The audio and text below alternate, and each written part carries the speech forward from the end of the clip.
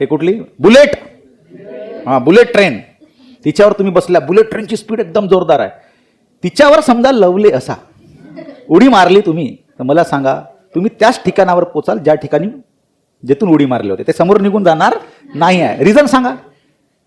कारण की बाळांनो, हा हे आयडियल केस घेता बरं आपण, कारण की लक्षात ठेवायचा, कारण तुम्हाला सुद्धा तेवढी वेलॉसिटी त्यांना प्रोव्हाइड केली होती. चला, सो गुड आफ्टरनून.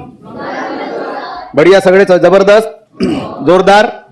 चालू करूया आपण नवीन टॉपिक ज्याचं नाव आहे प्रोजेक्टाईल मोशन. कोणता मोशन?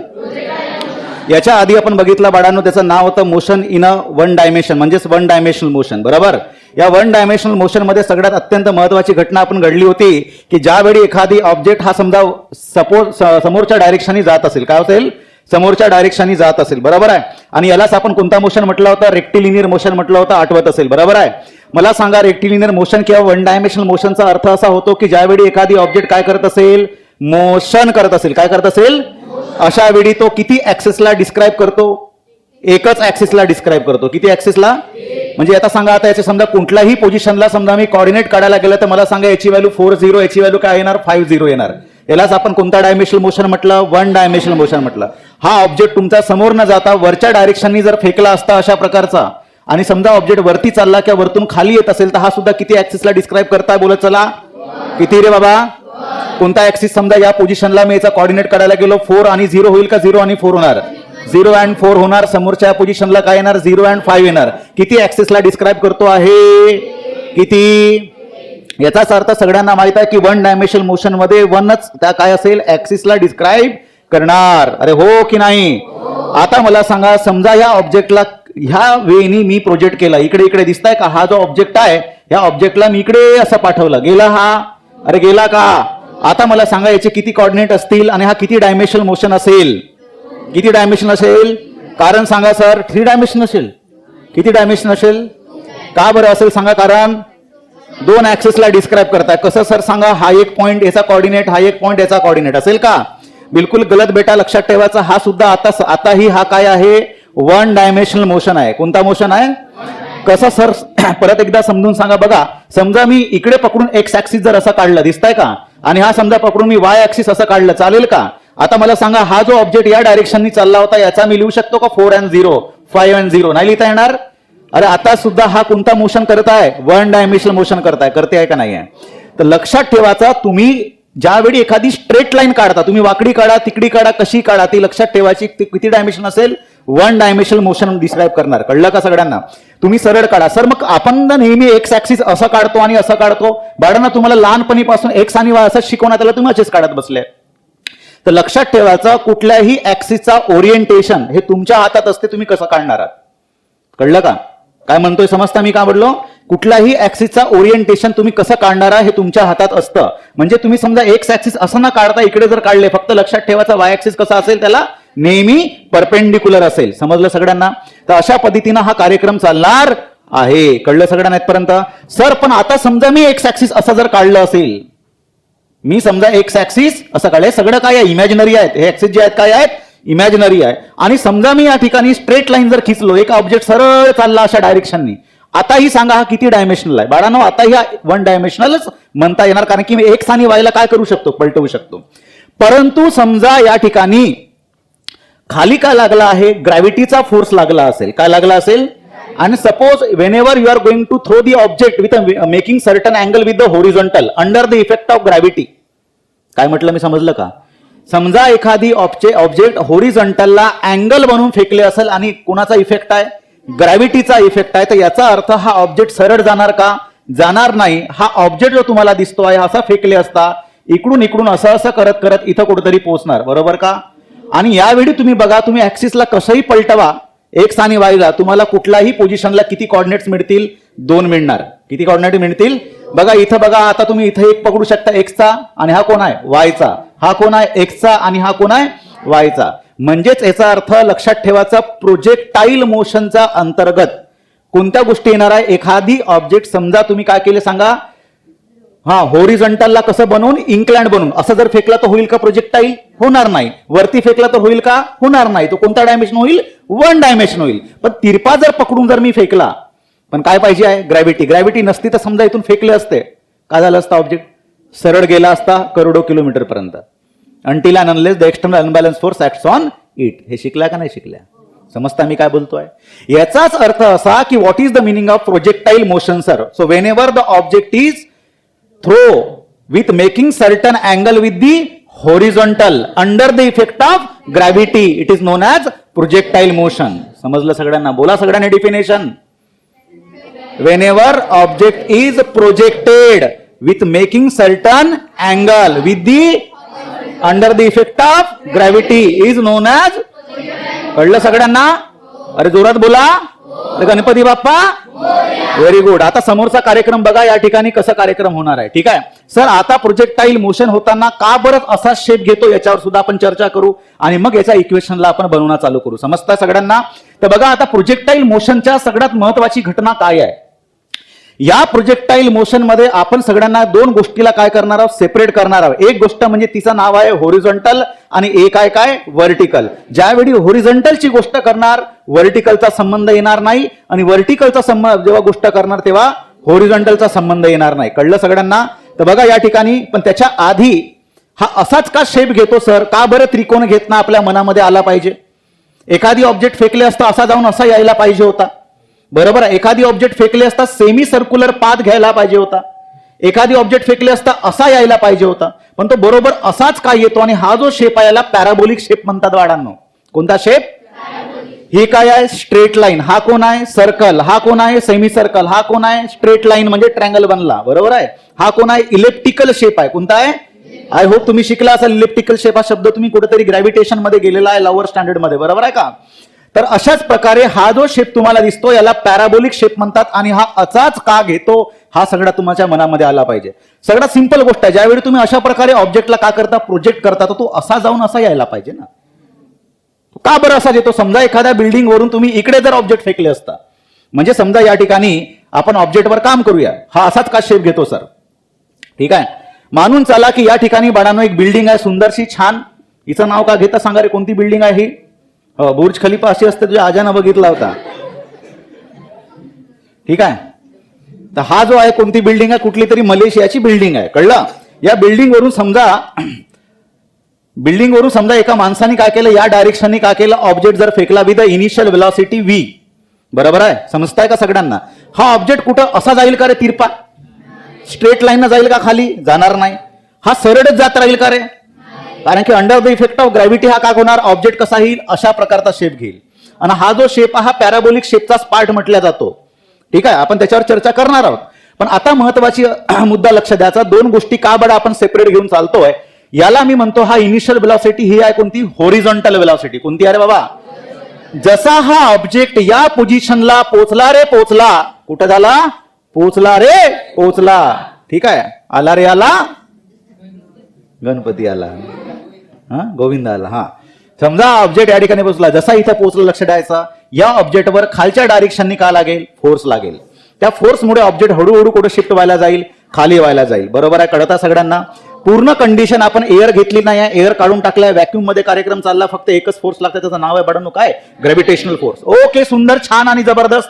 माझ्याकडे एक फॉर्म्युला होता v is equal to u plus at. आता या ठिकाणी प्रत्येकाला मी v आणि v लिहितो. हे v काय सर? VBS लक्ष्मण? नो. काय हा? Vertical vertical vertical. ज्यावेळी हा ऑब्जेक्ट इथं पोहोचलेला होता त्यावेळी व्हर्टिकलला किती वेलॉसिटी होती? इनिशियल 0. अरे इनिशियल खालच्या डायरेक्शनने किती होती? 0 होती ना. म्हणजे प्रत्येकच वेळी u ची व्हॅल्यू किती बनेल? आता बघा या ठिकाणी v is equal to a च्या ठिकाणी काय लिहिणार? gt. बरोबर आहे? म्हणजे टाइम ज्यावेळी का असेल सांगा 0 असेल त्यावेळी वेलॉसिटी किती बनली? 0 बनलेली आहे. अरे कळत आहे का? आणि ज्यावेळी या ठिकाणी मला सांगा g इज इक्वल टू समजा sorry t is equal to 1 second घेतलं तर v ची व्हॅल्यू किती बनेल सांगा? किती बनेल? g ची व्हॅल्यूच्या बरोबरीची बनेल. दुसऱ्याच सेकंड मध्ये म्हणजे बघा मी एवढी लाईन काढतो. कितीसाठी?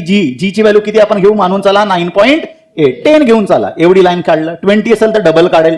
30 असेल तर आणखी डबल काढेल. कळत आहे? आता बघा ही कोण आहे रे बाबा? VH. याच्यावर कोणी फोर्स लावत आहे का? VH ला कोणी इन्फ्लुएन्स करताय का? फक्त एकाच कंपोनंटला करता. हो आणि नाही मध्ये उत्तर द्यायचं. बोला VH ला कोणी इन्फ्लुएन्स करताय का? V ला करतो आहे का? हो. कोण करतो आहे? G करत आहे. बरोबर आहे? तर ह्या दोन लाईनला आपण असा जर जोडला, हे काय आहे सांगा दोघांच्या मधातून, एक ऑब्जेक्ट असा, एक कंपोनंट असा, एक कंपोनंट असा, तर रिझल्टंट कुठून जातो? दोघांच्या मधून जातो की नाही जात? मग आपण हे शिकलो होतो, तर हा काय झाला त्याचा रिझल्टंट.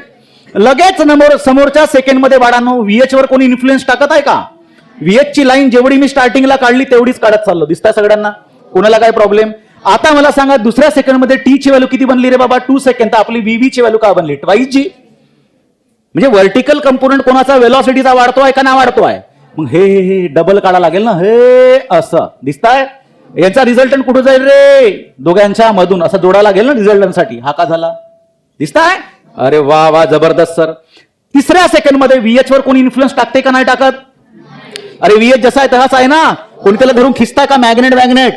मग मला सांगा नेक्स्ट समोरच्या सेकंड मध्ये VV ची व्हॅल्यू किती बरोबरीचा बोला? That is 3G. अरे टी ची व्हॅल्यू किती झाली? 3 झाला. समोरच्या सेकंड मध्ये VV ची व्हॅल्यू का झाली? वाढलेली आहे. दिसतंय सगळ्यांना? त्यांचा रिझल्टंट कुठून आला? इथून आला. समोर का बनेल? परत हे वाढेल. हा कोण आहे? VH आहे. यांचा रिझल्टंट कुठून जाणार रे बाबा? हे इथून जाणार. दिसतोय का? समोरच्या सेकंड मध्ये हा असा आणि हा कोण? VH. यांचा रिझल्टंट कसा राहील? असं राहील. हे आपला कोण आहे? Ground surface. आणि ऑब्जेक्ट कुठं जाईल? इथं आदळणार. अरे होय का नाही होणार? मग मला सांगा जर सगळे सेकंड सगळे मुवमेंटला जर मी व्यवस्थित जोडला तर असा लाईन बनताय का? आणि आता तुम्हाला कारण समजलं असेल की ऑब्जेक्ट जो आहे तो असाच शेप का बरं घेतो. वाय? बिकॉज दोन कंपोनंट आपले वेलॉसिटीचे बनलेले आहेत. ते म्हणजे कोणता कंपोनंट? एक होरिझॉन्टल आणि एक. आता डोक्यात टाकून ठेवायचं का होरिझॉन्टल कंपोनंटला कोणीच धक्का पोहोचू शकत नाही. मला सांगा होरिझॉन्टल डायरेक्शन मध्ये तुम्ही कायनॅमेटिक्सचं इक्वेशन वापरू शकता का? अरे हो की नाही? कारण अरे व्हर्टिकल होरिझॉन्टल कंपोनंट मध्ये कुठला ऍक्सेलरेशन आहे का? तुम्ही कोणती वेलॉसिटी प्रोव्हाइड केले? इनिशियल कितीची? 10 किंवा 20 किंवा 30. त्याला कोणी बदलवताय का बघा? फक्त एक आणि एकच कंपोनंट जो आहे तो वाढत जाणार आणि घटत जाणार. तो म्हणजे कोणता? Vertical component. मग मला सांगा व्हर्टिकल वाल्या कन्सेप्ट मध्ये का तुम्ही कायनॅमेटिक इक्वेशन वापरू शकता? यस वापरता येतं. कारण कायनॅमेटिक इक्वेशन तेव्हाच वापरलं जातं ज्यावेळी त्याच्यामध्ये काय असेल? ऍक्सेलरेशन असेल. आणि ऍक्सेलरेशन असेल तर साधे इक्वेशन बनतात. स्पीड इज इक्वल टू काय म्हणते? Speed is equal to distance by time. अरे माहित आहे की नाही माहित? अरे माहित आहे की नाही माहित? मग मला आता सांगा व्हर्टिकलचा होरिझॉन्टल सोबत जोडाल का? आणि होरिझॉन्टलचा व्हर्टिकल सोबत जोडाल का? दोघे जेव्हा सॉल्व्ह करायला जाल तेव्हा कसा सॉल्व्ह कराल? सेपरेट. आणि ज्यावेळी पूर्ण इफेक्ट असेल त्यावेळी काय कराल? जोडून घ्याल. हा रिझल्टंट काय करतो? दोघांच्या मधात काय करते? घर बांधणीचा काम करतो.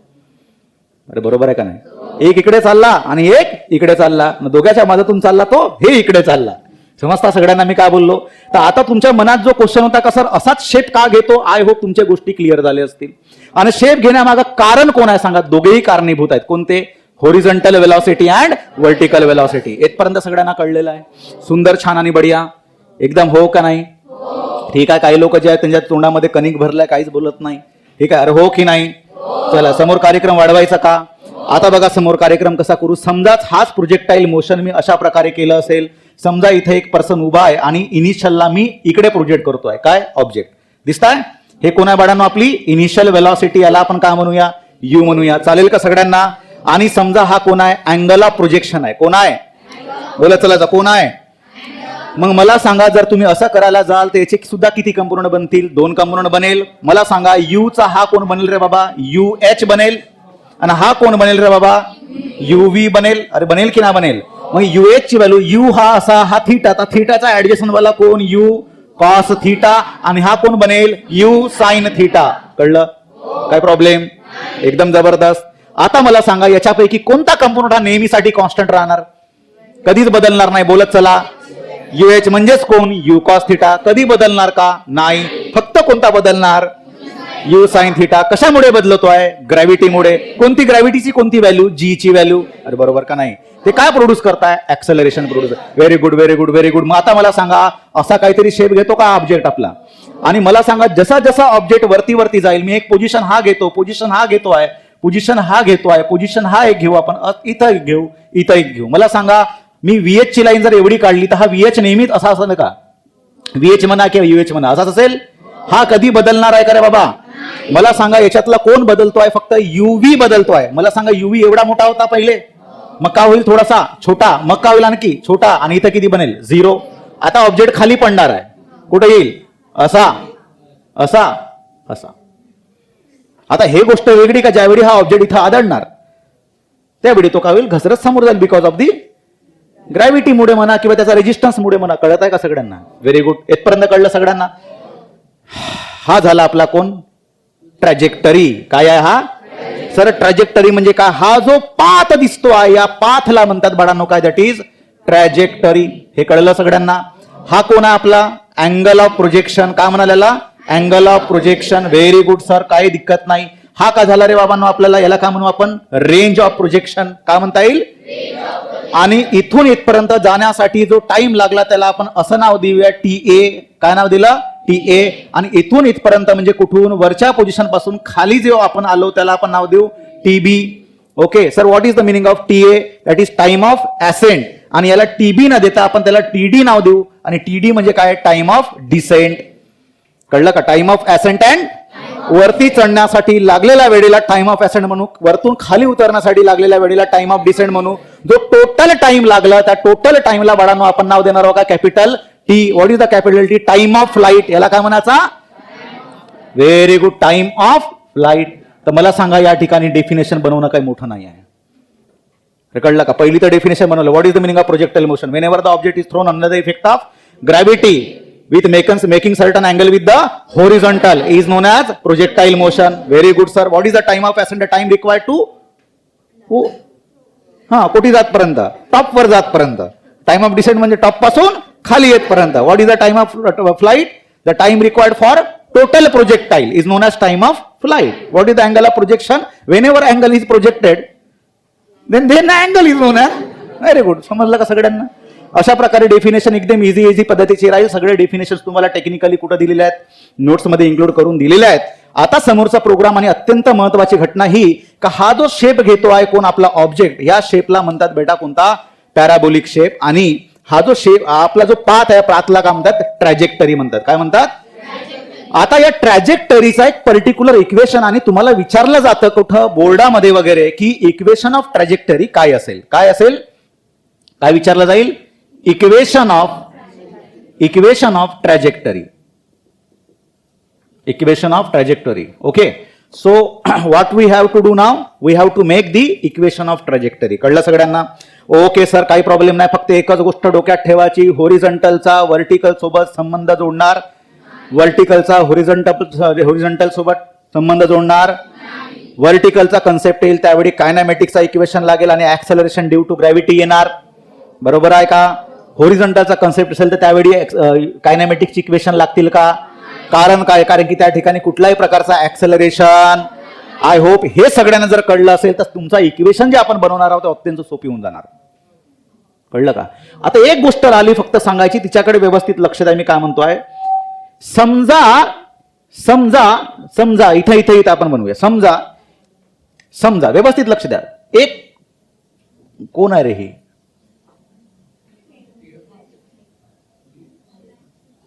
फायटर जेट प्लेन आहे. कोण आहे?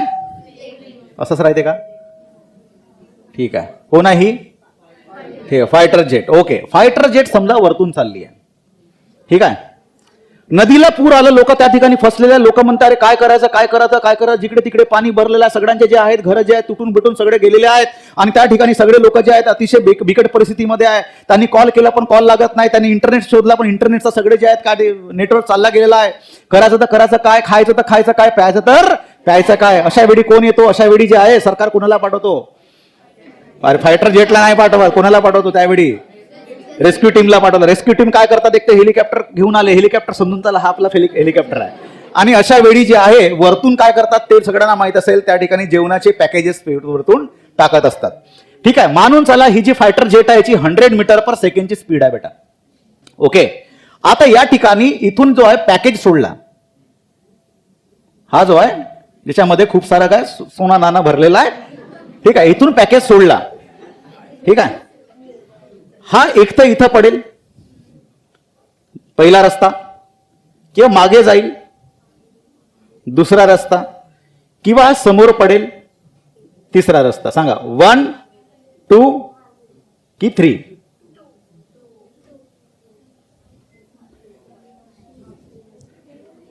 सरळ खाली येणार, मागे पडेल, कुठे जाणार? पुढे जाईल. हा चला हात वरती करायचं. 1 वाले किती लोक आहेत रे बाबा? 2 वाले किती लोक आहेत रे बाबा? Very good. 3 वाले किती लोक आहेत रे बाबा? अब आता 3 ते 2 करत होते ना. 3 कोणी करताय का? बरं, तर या ठिकाणी आपला आन्सर जो आहे बाळांनो 3 असेल. ओह माय गॉड, ये कैसे हो गया? लाहौर वाला कुवत, फिजिक्स के सारे जो नियम हैं यहां पे टूट गए हैं. ये क्या हो रहा है बाबा? ये क्या हो रहा है? तो देखो, ज्यावेळी तुमच्या ऑब्जेक्टला प्रोजेक्ट करण्यात आलं होतं त्यावेळी ऑब्जेक्टला ऑलरेडी ही वाली वेलॉसिटी प्रोव्हाइड झाली होती. ही म्हणजे कोणती? हॉरिझॉन्टल. ही वेलॉसिटी तेवढीच होती बाळांनो जेवढी वेलॉसिटी कोणाकडे आहे? प्लेनकडे आहे. समजता सगळ्यांना? प्लेन ज्यावेळी तो चालला 100च्या स्पीडनी त्यावेळी त्याला सुद्धा 100ची वेलॉसिटी भेटलेली असेल. तर ही सुद्धा किती असेल? 100 मीटर पर सेकंड. कोणती वेलॉसिटी आहे? हॉरिझॉन्टल. कळत आहे का? आणि जसा जसा प्लेन समोर जाईल तसा तसा हा समोर येणार. पण आताच मी सांगितलं थोड्या वेळसाठी की त्या ठिकाणी व्हर्टिकल वेलॉसिटी डेव्हलप ऑटोमॅटिकली होणार आहे. त्याच्यामुळे हा ऑब्जेक्ट जो आहे हळूहळू काय येत जाईल? खाली येत जाईल. हा ऑब्जेक्ट खाली येत जाईल, खाली येत जाईल, खाली येत जाईल, खाली जाईल. कुठं पडेल? इथं पडेल.